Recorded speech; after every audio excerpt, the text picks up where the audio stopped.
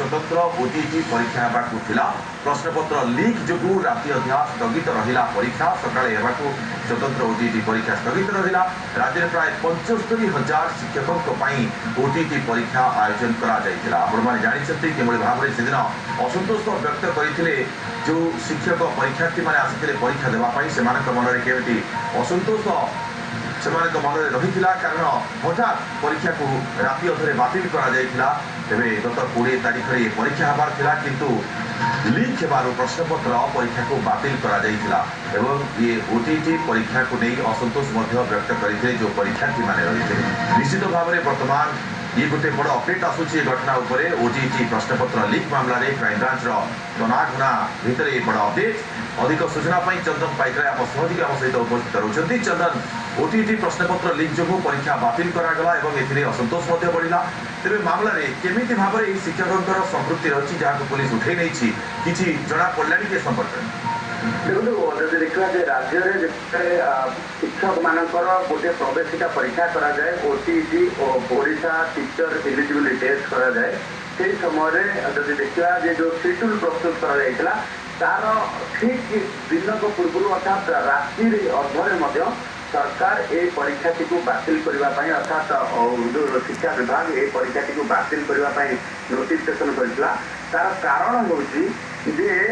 ये परीक्षा हेबा पूर्व प्रश्नपत्र प्रकट हो सारी सोशल मीडिया बुरी बुलूला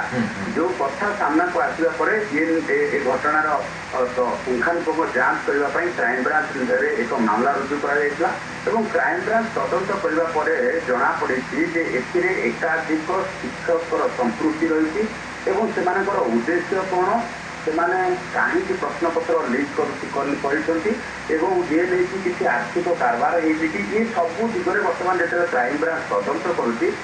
समय एवं जना पड़ी रायगड़ार आंबदलू जड़े शिक्षक को सीधा सड़क भाव क्राइम ब्रांच उठे आनी घटना संपृक्ति थी नहीं अधिक पचराउचरा कर तेरे क्राइम ब्रांच डीजी को सूचना अनुसार ये घटना जेहेतु अति संवेदनशील एवं ये घटना एकाधिक लोकंर संपृक्ति रही तेणु ये घटना को लेकिन अधिक किसी वर्तमान सुधा क्राइम ब्रांच पक्ष इनफर्मेशन दि जाना कारण ये घटना पूरा जब आम देखा गोटे नेटवर्क रही जो नेटवर्क की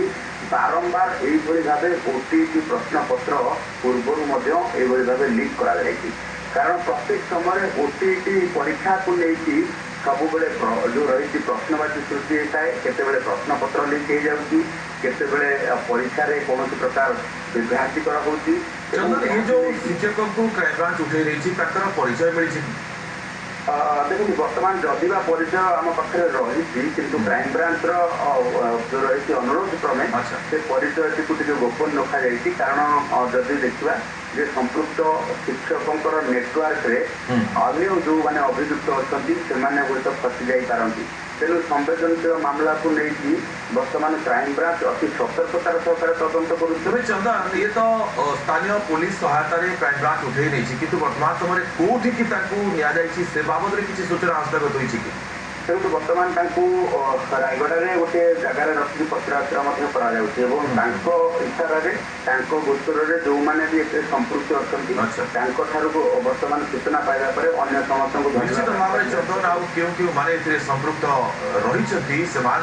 खोजार बर्तमान समय प्रचेषा चलती क्राइम ब्रांच बहुत बहुत धन्यवाद आपको तमाम